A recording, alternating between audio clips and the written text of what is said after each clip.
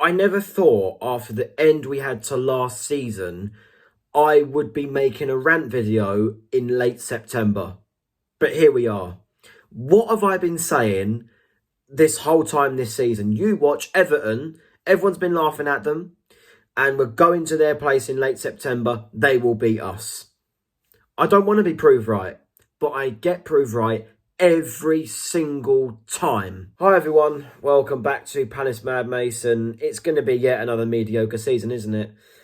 Full time at Goodison Park. The last game we will play at Goodison Park, unless if we get Everton in the FA Cup later on in the season, but that's unlikely in itself. Full time at Goodison Park.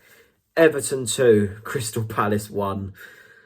Oh, mate, look, I don't know where to start. I really don't. First off, we were awful. Absolutely awful. Everyone was glazing over our performance in that first half. Everton in the first half made us look brilliant. Good finish from Mark Gay, the good flick to put us 1-0 up. And we did have a few tidy passes in there. But we were giving away possession so easily. And if we were playing a better Premier League club, no disrespect to Everton, we would have been found out much quicker than we were. We would not have gone in at half-time 1-0 if we'd have played any other team in this league. I'm telling you right now, that first half performance was poorer than a lot of Palace fans are making out, in my opinion. Second half was even worse. We came out thinking that the game was done. And just because everyone thinks I'm so negative, I'm going to talk about 3 players that actually played well. Mark Gay for getting his goal, and I don't think he really put a foot wrong. Maxence Lacroix, I think he made a goal-saving challenge to deny Everton from going 3-1 up. And Daniel Munoz for making some decent runs down the right-hand side. But apart from that, everyone else was absolutely pony. Even players like Eze and whatever. Like, I genuinely don't have any words anymore because, like, we're 6 games in, we've got 3 points. We will be in the relegation zone in the international break, unless if something miraculous happens at home against Liverpool, which is something that happens nearly every single season. But it's laughable because it papers over cracks that we have in this squad.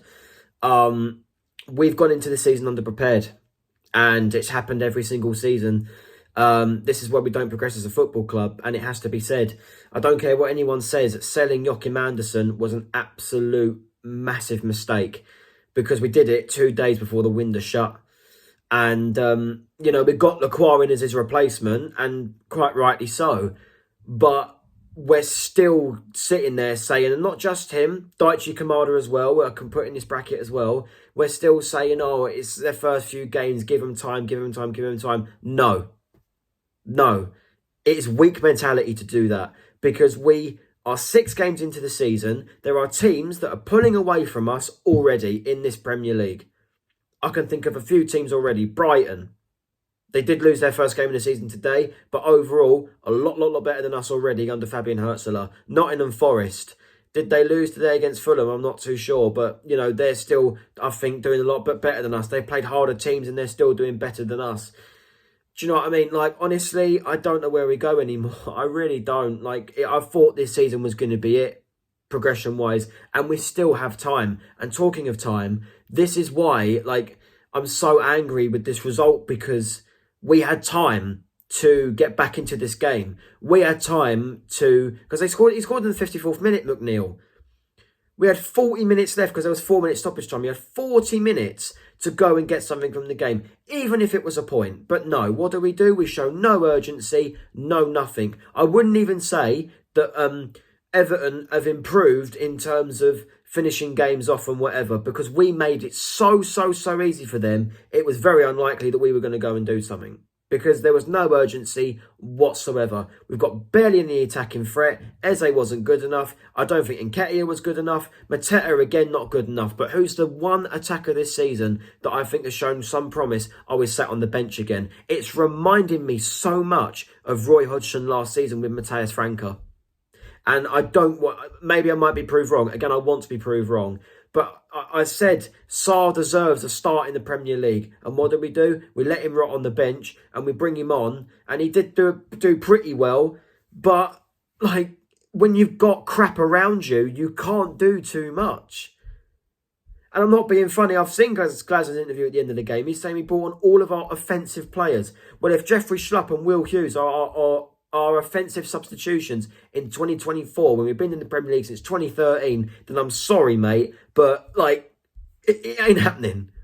It ain't happening. You might as well relegate us now.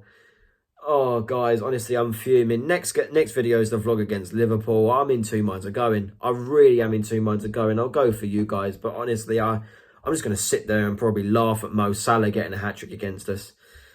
Honestly, like, I didn't think we would lose to Everton. I thought this would be our time. It's made it 11 years that we've not won at Goodison Park. 11 seasons we've not won at Everton's ground. And it was the last opportunity to break that run because they're not at Goodison Park anymore after this season.